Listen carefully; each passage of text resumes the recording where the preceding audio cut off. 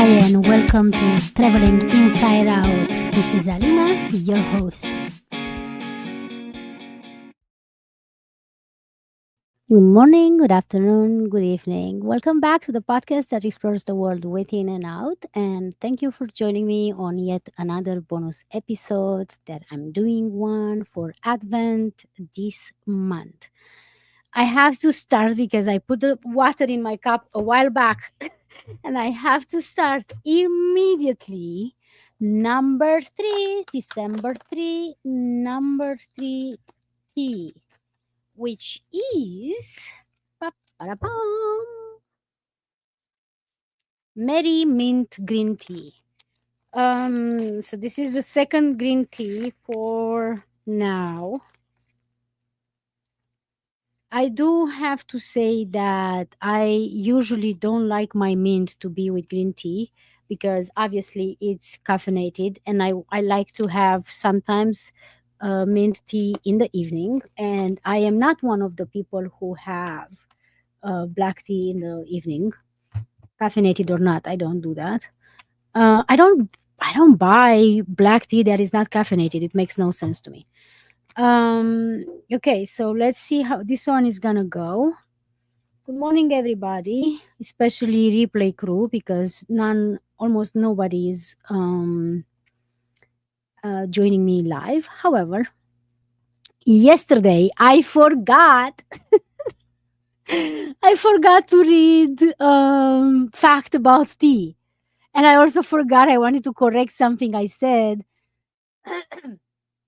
I wanted to correct something that I said on um, Sunday, the first day, when I was counting all of the dates. Maybe it's not that important, but I feel like I want to correct myself. So when I said that um, I made a list of all the years, the last 10 years, where I celebrated the December 1st, the National Day in Romania, I realized that um, I said it wrong. In 2022, I wasn't in New York. I was in Florida because we were going on a cruise. And that cruise caused me a lot of trouble. And I think I kept saying for the last year that I'm going to talk more about my immigration story. And I haven't. And I think because I'm going to try to not overdo it and not share too much, nor either get myself in trouble because USCIS might watch this. We don't know. Um, there's no trouble that to find me other than I'm complaining about the fact that, long story short, my green card was denied and I had to sue USCIS. I didn't have to, but there was no other way. So that's what I want to talk about. So in today's bonus episode. However, let's start with the tea fact. Saicho, which I don't know that I'm pronouncing correctly, a Japanese Buddhist monk, went to China in 1804. Among the things he brought back was tea. The product would, throughout the new few decades and centuries, become hugely popular in Japan. And by the okay, what? By the 1300s, tea had become an integral part of Japanese culture. Yeah, I was like, 1804? That's late. You can't tell me. Okay, so maybe this website it's not that great. Because how do you go to China in 1804? Decades and centuries became hugely popular in Japan, and by 1300s, tea had become an integral part of Japanese culture. I don't I don't know what to do with that. You know what? Let's read another one. Before the Ming Dynasty came to power in 1368 CE, I don't even know what CE is. I don't know it in English. In China, tea leaves were compressed into bricks and used as a form of currency. The practice spread to Tibet, Mongolia, and even parts of Russia. It was eventually superseded by standardized currency in form of coins. Um, so yes, I will have to Google and maybe stay tuned for tomorrow when we're gonna find out what the heck was with the monk that went. Was it the monk from the past went in the future? No, the monk traveled to the future and then traveled back in the past. I think that's what happened. So the monk traveled in the 1800s just then to travel back in 1300s to bring the tea. That makes the most sense from that sentence, honestly. Oh, the research that I've done. Oh boy. Anyway, this tea is supposed to sift between 3 and 5 minutes. 5 minutes passed. So let's give a what's the expression? A good old college try. I feel like this saying, which I don't know exactly where it's coming from, might have sexual connotation, which I'm not sure if it's the case because I don't know where that comes from and what it truly means. So maybe I shouldn't use it. Anyway, let's see. Green tea and merry mint. Why is the mint is marrying the green tea? Got it.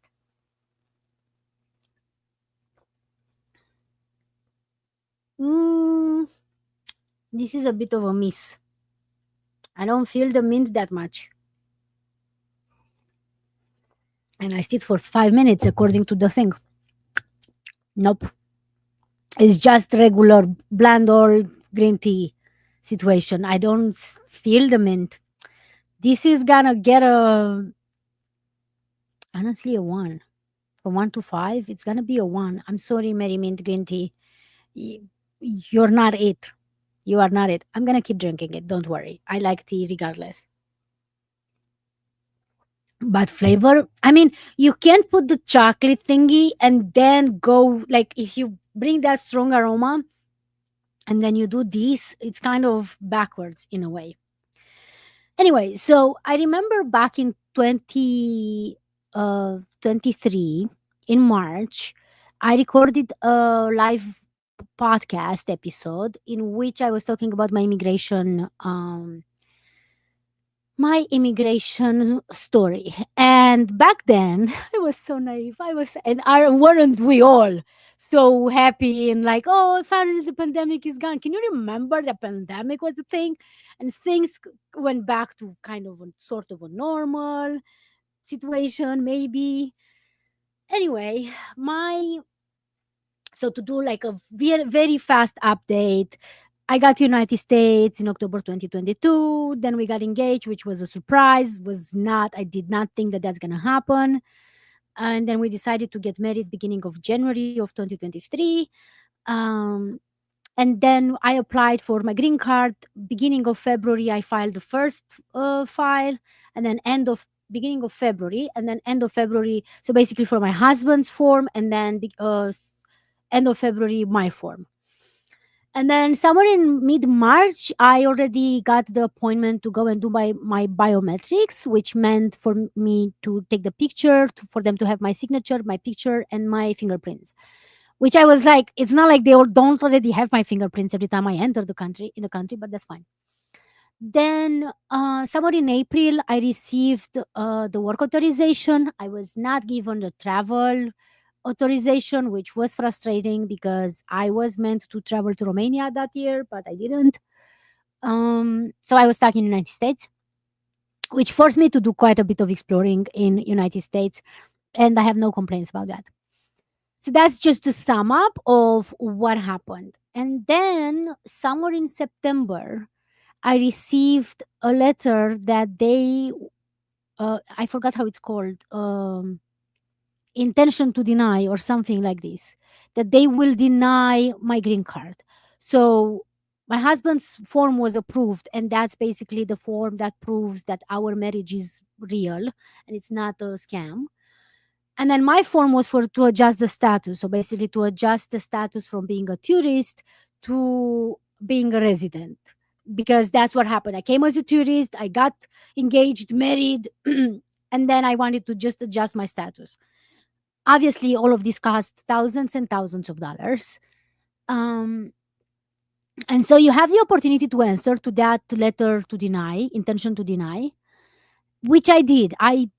Have to admit, I used AI, I used GPT or whatever is the name, and I formulated a letter in which I was explaining to them that they are wrong. So, in their form to deny, and this is where I'm gonna be very honest. I don't know that you know what, I'm not gonna get too much into details, but in their form, in their letter, intention to deny, they were asking me for a visa that I never had. They asked me to have a visa as um H2B, which, to be very honest, it's so funny because I was trying to get that visa in the past to work. Basically, you work for for up to 9 10 months or something like that. That's what that visa is for workers. Usually it's called seasonal work. So people get visas for like 9 to 10 months for it's called H2B, in which they come to United States, they work for a short period of time, and then they go back to their country. And so they were asking for that visa. They were saying that that's what it was crazy. So I went on a cruise in 2022. It was a short cruise from Friday to Monday. They are calling it a closed circuit because I left from Florida. I went to Bahamas and then we came back.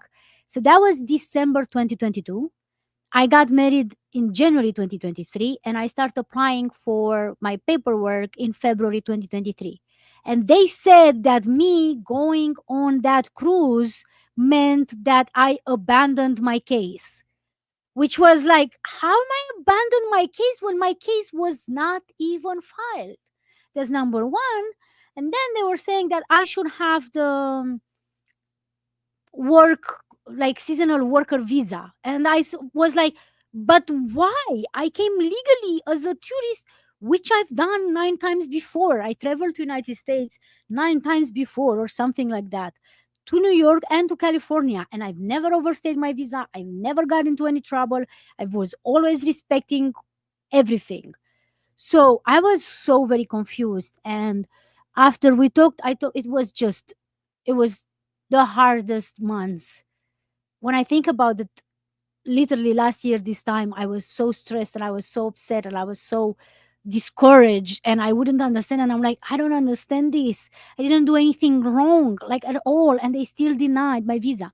Either way, the point is that I answered to the intention to deny, and then the answer came in October or something like this, that my case got denied. And not only that, but I was supposed to leave the country just before the holidays.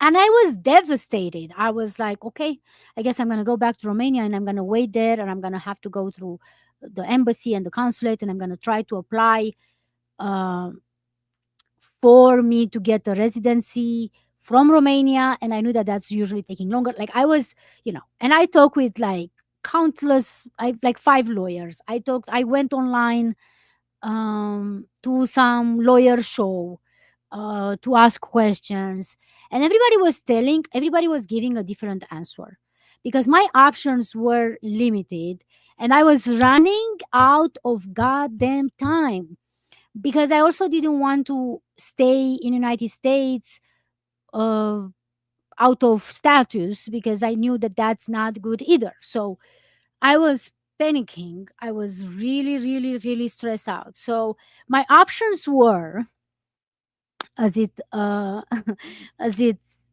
my options were these. I could file 2 forms. One, appeal the decision or something like that, and the other one to reconsider. So if I remember correctly, I don't remember exactly the forms and all that, but if I remember correctly, one was meant in case that I have proof that I made a mistake on the case. So they have to reopen my case. And the other one was if I can bring um, if new information, I can provide new information to them that would change their mind or something like that. And I was like, well, it's kind of a combination of both because I don't necessarily have new information. It's the same, but they didn't, and they cited a law. Listen, when shit like hits the fan, I go crazy. So my way of going crazy was they cited the law, and I went and I got deep into the internets and found that goddamn law that they applied for my rejection. And I was like, that does not apply to me, because you are telling me to show you a visa that I never said that I had. I never I never applied for it. I never did anything. And not only that, but all of that happened before I filed my case. So finally, I wrote on Reddit as well.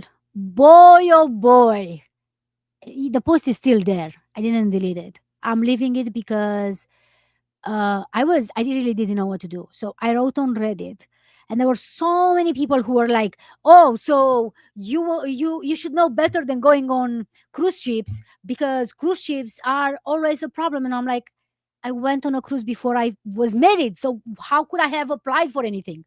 I was not married at the time. I went on a cruise ship as a tourist from United States, coming back to United States. Like, that's it. That is all. That is all. But because I wrote on Reddit, somebody texted me, like DM me, and told me about a Telegram uh, group in which real lawyer is answering questions. Now, the lawyers that I've talked with before that were all telling me either to just give up on the case and file all over again, which I was like, I don't want to final again, because if nothing changes, it's still me taking the same cruise. They're like, no, you need to build a stronger case. And I'm like, stronger case what? I still came in the country at this time. I went on that cruise at that time. I got married at that time. Like, there was no, that's why I was like, so you want me to pay all over again thousands of dollars just so then maybe in the end I will get rejected again for the same goddamn reason. And I try to call USCIS, and I talk with basically the first level of whatever. They don't care. They truly don't care. It's making it impossible. You cannot talk with anyone from USCIS. And the person said, oh no, it's an administrative error. I'm sorry that happened to you. So that's why I was like encouraged. And then when I got the rejection, I'm like, oh, hello. And they were like, oh yeah, you have to talk with level 2 of USCIS, but that's gonna take like 45 days, and I was supposed to leave the country in 40 days or something like that. And I'm like, or I was supposed to leave the country in 45 days, and they would call me back in up to 40 days. And I'm like, okay, so you're a joke. Thank you. um and then, so those are some of the answers that I received. And I didn't like, I deep down inside me, I was like, I don't feel like this. And we almost went with the lawyer that he said to file for motion to reconsider or something like that. And I was like, oh shit, I didn't drink the tea that much, did I? Also, I have 1 minute left to tell the rest of the story. So I'm gonna get in more details, but long story short, or you know what? No, let's leave it to this, and tomorrow let's do that. Let's leave it to this, and tomorrow I can tell you the rest of how it happened. So, yeah, basically, all the lawyers that I talked with were telling me different things. And deep inside, I was like, no, I need to fight this, because this is not right. This is not right that they do this to people. They shit on their lives without caring the devastation that they're creating and all that. So I want to fight. I want to fight this. And that's when finally a lawyer said, let's sue them. And more about that tomorrow. I think that's just great.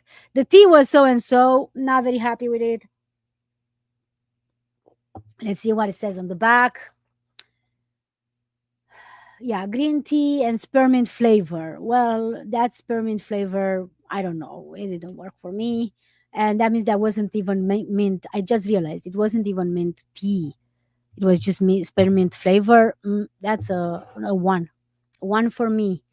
And that being said, thank you for anyone who's gonna watch afterwards, and stay tuned for what happened next for tomorrow. Also, I said that this is going to be a cozy situation, and I'm talking about hard issues like immigration. But you know what? You never know what you're going to find here. Yesterday, I talked about crocheting. Today, I'm talking about immigration. You don't know what's coming. You don't know what's coming. Anyway, see you tomorrow. This concludes today's episode. Thank you for listening and for reviewing Traveling Inside Out. If you want to get in touch with me, send an email to podcast@alinaigrad.com. And remember, your outer journey begins with inner work. Until next time, bye.